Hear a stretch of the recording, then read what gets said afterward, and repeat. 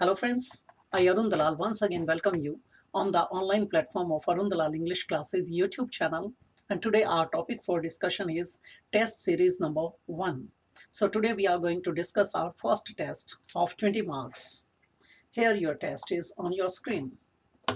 आओ डिस्कस करते हैं इसके बारे में, कैसे इसको सॉल्व किया जाएगा, कैसे कैसे ये काम करेगा। इसके अंदर कई प्रकार की चीजें दी गई हैं, जैसे पहले आपके सामने आया हुआ है एक पैराग्राफ, उसे निपटाते हैं। अ बुक इज रिटन, बेटे एक किताब लिखी जाती है। This sentence is in passive voice. एक किताब लिखी जाती है। Not to multiply the voice merely, merely मतलब ओनली, केवल मात्र, सिंपली उसकी आवाज को मल्टीप्लाई करने के लिए नहीं लिखी जाती, उसकी आवाज को बुलंद करने के लिए नहीं लिखी जाती। Not to carry it merely, ना सिर्फ ये अपने टाइटल को या अपने विचारों को ढोने के लिए होती है, बट टू परपिचुएट इट, लेकिन इसको कांस्टेंट बनाना होता है, लेकिन इसको चिरस्थायी बनाना होता है, इसको निरंतर गति में रखना होता है। The author has something to say, author को, लेखक को यहाँ पर कुछ कहना है। The author has something something to say which he perceives, यहाँ पर लेखक को कुछ कहना होता है। विच ही परसीव्स, जो वो क्या करता है, परसीव करता है।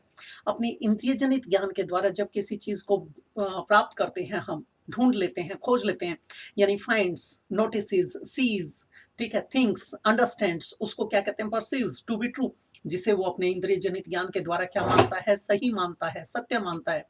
एंड यूजफुल, और उसे लाभदायक भी मानता है, फ्रूटफुल भी मानता है, और हेल्पफुली ब्यूटीफुल, और उसे काफी खूबसूरत भी मानता है। किस अंदाज में, कि वो लोगों के लिए सहायक सिद्ध होगी, उनकी आगे बढ़ने में सहायता करेगी, किन्हीं चीजों को समझने में हेल्प करेगी। सो फार ही नोज, जहां तक उसे पता होता है। No one has said it, जहां तक उसे बोध होता है कि इस बात को अभी तक किसी ने नहीं कहा होता किताब के अंदर। सो फार एज ही नोज, जहां तक उसे मालूम होता है। No one else can say it, उसे लगता है कि कोई व्यक्ति ऐसी बात को कह भी नहीं सकता। एक फिलोसफर होता है, एक दार्शनिक होता है, उसके मन में जो विचार आता है उसे लगता है ये सुप्रीम है, और ऐसा कभी नहीं किसी ने सोचा नहीं है, लोगों के संज्ञान में नहीं है, इसीलिए वो इन चीजों को उठाता है। फिर कहता है बेटा, ही इज बाउंड टू से, वो बाध्य है उस चीज को कहने के लिए। इट क्लियरली, उसको स्पष्ट रूप से कहने के लिए। एंड मेलोडियसली इफ ही मे, यदि वो कह सकता है तो वो उसको मेलोडियसली यानी स्वीटली, बड़े अच्छे तरीके से, अट्रैक्टिवली, ट्यूनफुली, ठीक है, मीनिंगफुली उसको जस्टिफाई करने की कोशिश करता है। Clearly at all events, clearly at all events का मतलब होता है, पहली बात तो ये हमारे सामने एक जो फ्रेज आया है एट ऑल इवेंट्स, इसका मतलब क्या होता है कि एक तरीके से होता है वट एवर हैपन्स, और you can say may have happened in any event, in any case. जब हम किसी चीज के ऊपर एम्फेसाइज करने की कोशिश करते हैं, वहां इसका प्रयोग किया जाता है, कि ये हर जगह पर पूरी तरह स्पष्ट होता है। In the sum of his life, in the sum of his life का मतलब होता है बेटा, अगर उसके जिंदगी के क्रक्स को देखें, जिस्ट को देखें, असेंस को देखें, उसके सार को समझने की कोशिश करें, अगर उसे कंक्लूड करने की कोशिश करें, तो he finds this to be the thing, वो इस चीज को पाता है, और ग्रुप ऑफ थिंग्स या इन चीजों को पाता है, इन चीजों के समूह को पाता है। मैनिफेस्ट हिम, जो उसे क्लियर करते हैं, स्पष्ट करते हैं, उसे समझाने में हेल्प करते हैं, उससे उसे डेमोन्स्ट्रेट करते हैं इन चीजों को। कहता है this the piece of true knowledge, कि ये जो पीस ऑफ ट्रू नॉलेज है सॉरी, और साइट, या फिर जो ये उसका की दृष्टि है, उसका जो विजन है, ठीक है, विच हिज शेयर ऑफ सनशाइन, जो कि उसके शेयर को दिखाता है, कौन से सनशाइन के शेयर को दिखाता है। अब ये यहाँ पर इसका मतलब क्या है, उसकी जिंदगी में उसने आज तक जो कंक्लूड किया है, जो चीज देखी है, उसने जितनी चीजों को अनुभव किया है, उनके कंक्लूजन के आधार पर। And earth has permitted him to seize, और उस इस धरती ने उसको इन सारी चीजों को हासिल करने के लिए जो एक इजाजत दी है। दिस इज अब दैट इज अ बुक, ये क्या होती है, वो एक बुक होती है। अब यहाँ पर कहने का मतलब क्या है बेटे, यहाँ पर कहने का मतलब है कि उसने इस यहाँ पर अपने जीवन में, इसके उतार चढ़ाव में, इस धरती के ऊपर जिस चीज का बोध किया है, उन सारी चीजों को उसने जो कंपाइल किया है, उसी को हम क्या कहते हैं, उसी को हम एक बुक कहते हैं। इसके अंदर पहला प्रश्न आपके स्क्रीन के ऊपर है। The opening sentence of the passage, जो ओपनिंग सेंटेंस है पैसेज के अंदर, इंप्लाइज दैट, इंप्लाइज का मतलब क्या हुआ बेटा, suggests, indicates, throws light on, या फिर इल्यूसिडेट्स, या फिर आप कहते हो डिस्क्राइब्स या एलाबोरेट्स, उसे दर्शाता है, उसको वर्णन करता है कि the aim of writing a book is to, एक जो किताब है उसको लिखने का उद्देश्य क्या होता है।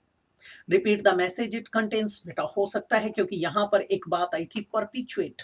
परपिचुएट का मतलब क्या होता है, किसी चीज को चिरस्थायी बनाने देना, लॉन्ग लास्टिंग बना देना, इनडेफिनेट टाइम तक उसको निरंतर चलने के लिए प्रेरित करना। तो पहला हमारा हो सकता है, अभी फाइनल नहीं करेंगे, अभी हम इसको टिक कर रहे हैं। Enable the author to express his ideas in writing, वो उसे प्रेरित करता है, योग्य या समर्थ या काबिल बनाता है लेखक को कि वो अपने विचारों को लिखने के लिए पेश करे, व्यक्त करने के लिए लिखे उनको। हो सकता है प्रिजर्व फ्रॉम एक्सटिंक्शन, अब ये कॉमा नहीं आएगा, sorry, preserve from extinction the message it contains, बेटे उन सारी चीजों को वो प्रिजर्व कर ले ताकि जो मैसेज वो देना चाहता है वो कभी भी खत्म ना हो। ठीक है, हो सकता है propagate the ideology of the author, ये प्रोपागेट का मतलब होता है प्रमोट करना, आइडियोलॉजी होता है जो बिलीफ्स होते हैं, प्रिंसिपल्स होते हैं, डॉक्ट्रिन्स होते हैं, यानी सिद्धांत है, जो एक विचारधारा है, जो एक मत है।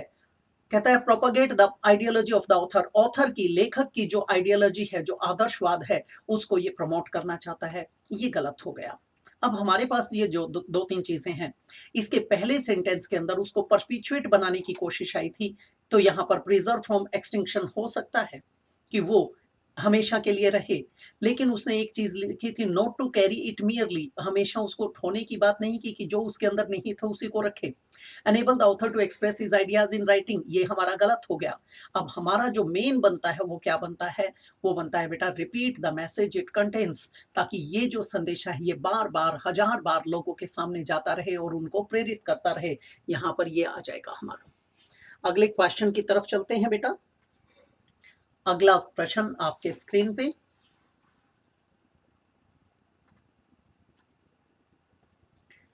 ये रहा आपका दूसरा और तीसरा प्रश्न। यहां पर हमारे 3 प्रश्न आ जाएंगे, ध्यान देंगे प्लीज। इसके अंदर क्या बात करता है, which of the following would be the most suitable title for the passage, बेटे ये जो पैसेज दिया गया है इसके लिए सबसे बढ़िया उपयुक्त टाइटल क्या हो सकता है। कंट्रीब्यूशन ऑफ एन ऑथर, बेटे कंट्रीब्यूशन की बात की जाए तो एक लेखक के कंट्रीब्यूशन का यहाँ पर कोई खास महत्व नहीं है।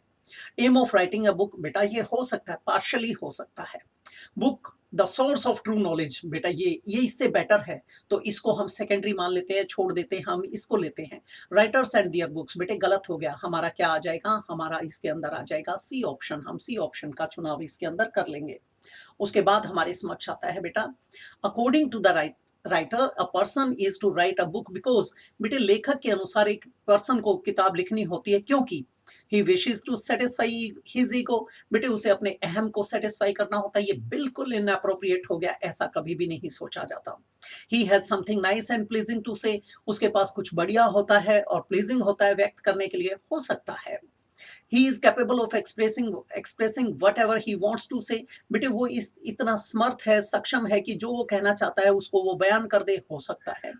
he has discovered something unique, true and good which he must convey distinctly and musically, बेटा ये हमारा मोस्ट अप्रोप्रिएट है क्योंकि चुनाव तो हमें एक का करना है, और जब एक का करना है तो उसके आधार पर हम किस पर जाएंगे, आपके डी ऑप्शन के ऊपर जाएंगे, इसके अलावा हमारे पास कुछ और नहीं बन पाता है।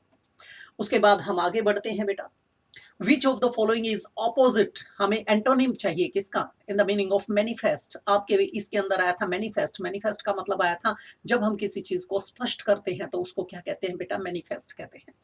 गिवन इन द पैसेज, अब ये तो स्पष्ट करने के लिए था, यहाँ ऑपोजिट चाहिए तो हार्ड, हार्ड तो बेटे बिल्कुल गलत हो जाएगा। प्योर ये भी बिल्कुल गलत हो जाएगा। डार्क ये भी गलत है, क्या आ जाएगा, अनक्लियर ये हो जाएगा, क्योंकि ये क्लियर है, ये क्या आ जाएगा, अनक्लियर। तो ये थे हमारे 4 क्वेश्चंस अभी तक। आगे देखते हैं आगे किस किस आधार पे प्रश्न हमसे पूछे गए हैं। अगला प्रश्न आपके स्क्रीन पर, the man with the roses, अब यहां पर जो प्रश्न आया है वो आपका पैराग्राफ में से नहीं है। The man with the roses dash like your brother, the man with the roses, यहां पर हमें क्या चाहिए, यहां पर हमें वर्ब को फिल करना है। जो आदमी है रोजेस के साथ, विद एक प्रेपोजिशन है, ये इसका ऑब्जेक्ट आ गया। वैसे हमारा सब्जेक्ट यहां से रोजेस तक है, लेकिन एक्चुअल सब्जेक्ट है मैन, मैन हमारा सिंगुलर सब्जेक्ट है, सिंगुलर सब्जेक्ट है तो वर्ब भी सिंगुलर आएगा। अब लुक तो हो नहीं सकता, लुक तो प्लूरल वर्ब है, ये गलत हो गया। लुक्स हो सकता है, लुकिंग अकेला अकेला आ नहीं सकता, नन ऑफ दीज हो नहीं सकता, तो हमारा क्या आ जाएगा बेटा, looks. Looks like your brother, वो आपके भाई जैसा प्रतीत होता है।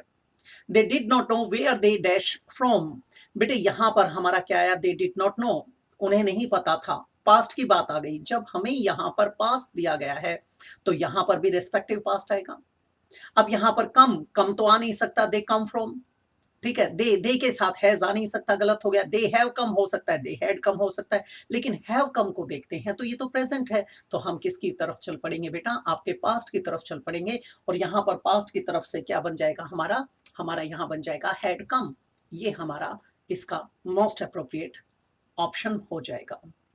आगे बढ़ते हैं अगले पॉइंट की तरफ।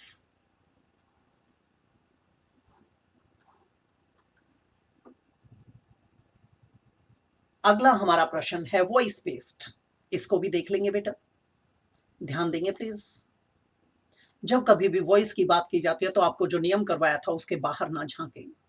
अब यहां पर कहता है did everybody miss the first बस, डिड और मिस आया तो इसका मतलब ये सेकंड फॉर्म आई है, सेकंड फॉर्म आई है तो बी का भी सेकंड लगेगा, बी का सेकंड क्या होता है बेटे, वॉज वर होता है, वॉज वर आएगा। एवरीबडी हमारा सब्जेक्ट है, द फर्स्ट बस हमारा ऑब्जेक्ट है, द फर्स्ट बस सिंगुलर है तो वॉज से शुरू होगा क्योंकि इंटेरोगेटिव स्टेटमेंट है। पहला गलत, तीसरा गलत, चौथा गलत, क्या आ जाएगा, B option, was the first bus missed by everybody, ये आ जाएगा। और हम बाय एवरीबडी को छोड़ भी सकते थे बेटा क्योंकि ये सुपरफ्लुअस है।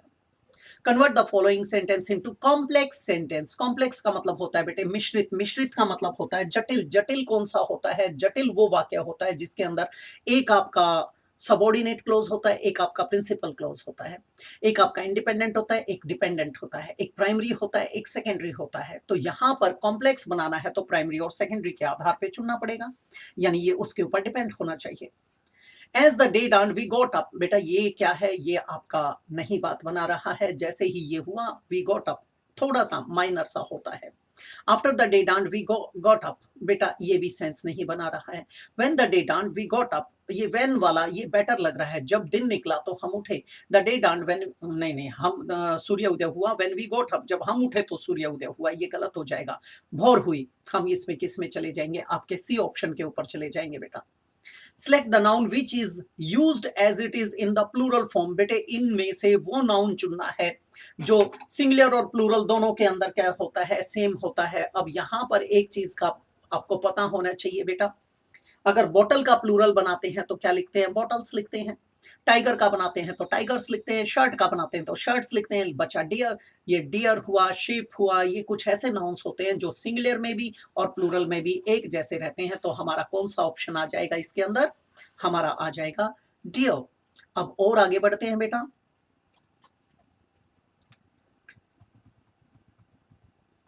वेल, हमारा आया अगला सेंटेंस।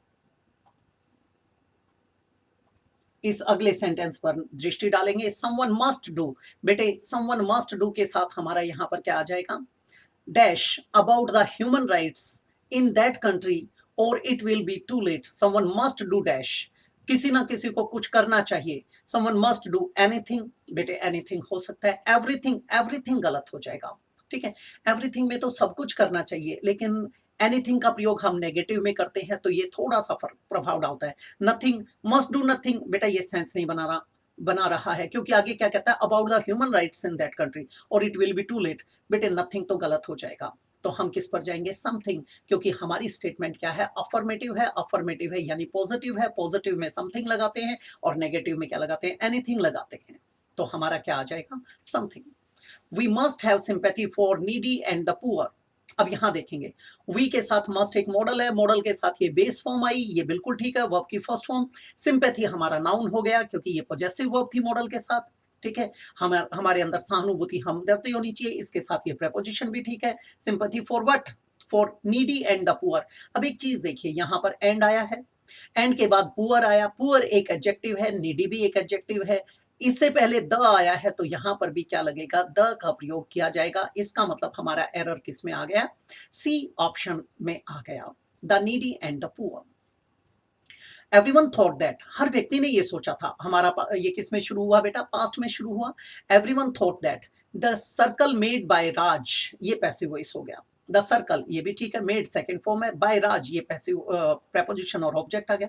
वाज मोस्ट राउंड, बेटे जब राउंड का मतलब ही होता है गोल, तो उसमें मोस्ट के लिए तो कोई जगह नहीं होती। आप कहते हो वो तो बिल्कुल परफेक्ट है, जब परफेक्ट हो गया तो बिल्कुल की क्या जरूरत है भाई, ठीक है, कंप्लीटली परफेक्ट, ठीक है, ये गलत हो जाएगा। ऐसे ही आप कहते हैं मोस्ट सुप्रीम कोर्ट, बेटे सुप्रीम कोर्ट हो गया अपने आप में कंप्लीट है, तो मोस्ट की जरूरत ही नहीं है। He is a most the most ideal student of our institute. जब बेटे आइडियल हो गया तो वो आदर्श है, तो एन आइडियल लिखेंगे ना कि द मोस्ट आइडियल। तो यहां पर हम किसको काट देंगे, मोस्ट को काट देंगे, तो इसमें भी एरर कहां पर आ गया हमारा, इसके अंदर भी हमारा एरर उभर कर आया है आपके सी ऑप्शन के अंदर। आगे आता है हमारा I did dash well, I did dash well in the test, fully well बेटे हो सकता है, incredibly well, incredibly यानी unbelievably हो सकता है, loads well ये बिल्कुल गलत हो गया, strongly well नहीं, बात नहीं बना रहा है। हम किस पर जाएंगे, appropriate कौन सा है, incredibly well। अगला कहता है बेटा if I hadn't come along at the moment, बेटे इफ के साथ यहाँ हैड आया और कम आया, वर्ब की थर्ड फॉर्म आई। जब हैड के साथ यहाँ पर थर्ड फॉर्म दी गई है, इसका मतलब यहाँ पर भी would have, should have, could have, must have के साथ थर्ड फॉर्म आनी चाहिए। अब माइट बीन तो गलत हो गया, माइट के साथ मॉडल है, मॉडल के साथ तो फर्स्ट फॉर्म आती है, पहला हमारा गलत हो गया। मे के साथ हैव आया, यहाँ बीन आया, लेकिन मे तो पहले प्रेजेंट में ही रख रहा है, तो ये भी गलत हो गया। कैन ये भी आपका प्रेजेंट हो गया, ये दोनों तो ठीक थे, ये भी गलत हो गया, तो क्या आ जाएगा आपका कुड हैव बीन, ये बन जाएगा हमारा मोस्ट अप्रोप्रिएट ऑप्शन। आगे बढ़ते हैं बेटा अपने 15th क्वेश्चन की तरफ, और जल्दी से इसको विराम की तरफ लेकर चलते हैं। यहां पर आपके सामने जो सेंटेंस दिया गया है ये भी पिछले वाले जैसा ही है।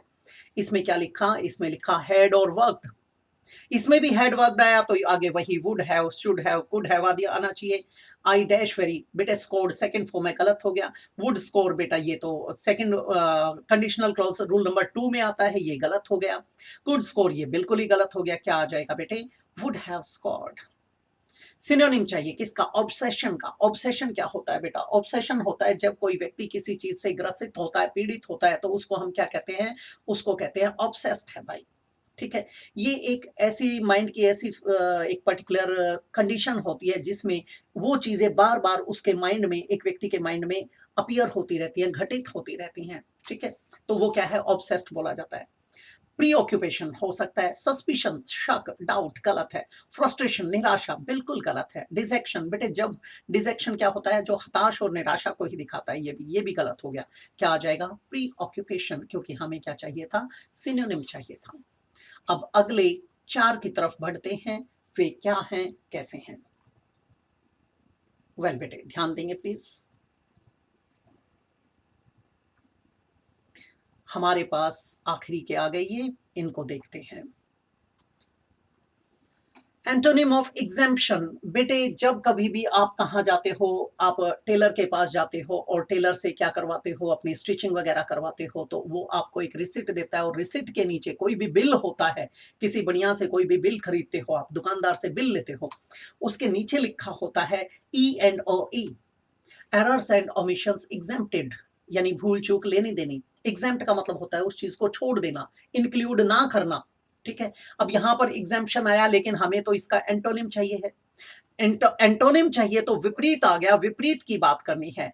एग्जेम्प्ट क्या था यहां पर, ठीक है, एग्जेम्प्ट का मतलब क्या था, एक तरीके से हम एक्सक्लूड करना कह सकते हैं, ठीक है। ये एक ऑफिशियल परमिशन होती है not to do something that you have to do generally, उसको क्या कहते हैं, एग्जेम्पशन। और इंक्लूजन क्या हो जाएगा इसका, इंक्लूडिंग समथिंग और समबडी बन जाएगा यहाँ पर। एग्जेम्प्ट मतलब छोड़ने के लिए था, जर्नलाइजेशन गलत हो गया, लिबरलाइजेशन लिबर्टी के लिए, फ्रीडम के लिए आया, एक्सक्लूजन ये इसका एंटोनिम है, हम किसकी तरफ जाएंगे, इंक्लूड। एग्जेम्प्ट तो छोड़ना था, यानी यहाँ इंक्लूजन आ जाएगा, ये गलत हो गया, सिनोनिम होता तो ये मार देते। अगला आया, हमें स्पेलिंग बताना है, correctly spelled word. Hypocrisy, hypocrisy का स्पेलिंग होता है HYPOCRISY, HYPOCRISY, hypocrisy, HYPOCRISY, HYPO ये गलत हो गया, HI गलत हो गया, HI गलत हो गया, हमारा ए ऑप्शन आ जाएगा। इरिवर्सिबल, इर में IRR आएगा, यानी पहला गलत हो गया। इन IRRE आएगा, ये भी गलत हो गया। VER आएगा, ये भी गलत हो गया। हमारा क्या आ जाएगा? बी ऑप्शन आ जाएगा। ये देखिए आपने आपके 19th तक। यहाँ से अब हम कहाँ चलते हैं? यहाँ से हम चलते हैं अपने आखिरी की तरफ, जिसमें आपके जम्बल्ड सेंटेंसेस से रिलेटेड क्वेश्चन पूछा गया है। लाइक मोस्ट पीपल के बाद कोमा लगाया है, तो यहाँ पर कुछ ना कुछ सब्जेक्ट आदि चाहिए। All of their behaviour, all of their behaviour, बेटे पी से तो दे ही नहीं रखा, क्यू और आर से देता है। हम पहले आर को उठा लेते हैं एक बार। Like most people can explain, बेटे आर से शुरू नहीं होगा क्योंकि बीच में कोमा लगा रखा है, इसका मतलब दो तो हमारे भिड़ते ही कट गए। अब यहां पर देखते हैं, लाइक मोस्ट पीपल क्यू से एंटरप्रेन्योर्स, एंट्रेप्रेन्योर्स, एंट्रेप्रेन्योर्स बोला जाता है, एंट्रे, तो ये हमारा क्यू से शुरू हो गया। आर कॉम्प्लेक्स कैन एक्सप्लेन गलत हो गया। And no one theory can explain, बेटा ये हो सकता है, एस और आर इकट्ठा हो सकता है। ऑल ऑफ दियर बिहेवियर, एक बार एस को, and no one theory, all of their behavior and no one theory can explain, all of the can explain and no one, नहीं बात नहीं बनी। आर एस नहीं जुड़ता, ये गलत हो गया। हमारा क्या बन जाएगा? ये बन जाएगा। पढ़ के देखते हैं, like most people entrepreneurs are complex and no one theory can explain all of their behaviour. तो हमारा कौन सा बढ़िया ऑप्शन है? बिल्कुल सही ऑप्शन है, वो बन गया सी। इसने इसको मीनिंगफुल बना दिया है। इसी के साथ हम आगे बढ़ते हैं अपने विराम की तरफ, और यहाँ आपने अपना पहला टेस्ट किया है। अगली क्लास में हम और चीज़ों को उठाएंगे, और इसके साथ मैं इजाज़त चाहूँगा। नमस्कार दोस्तों।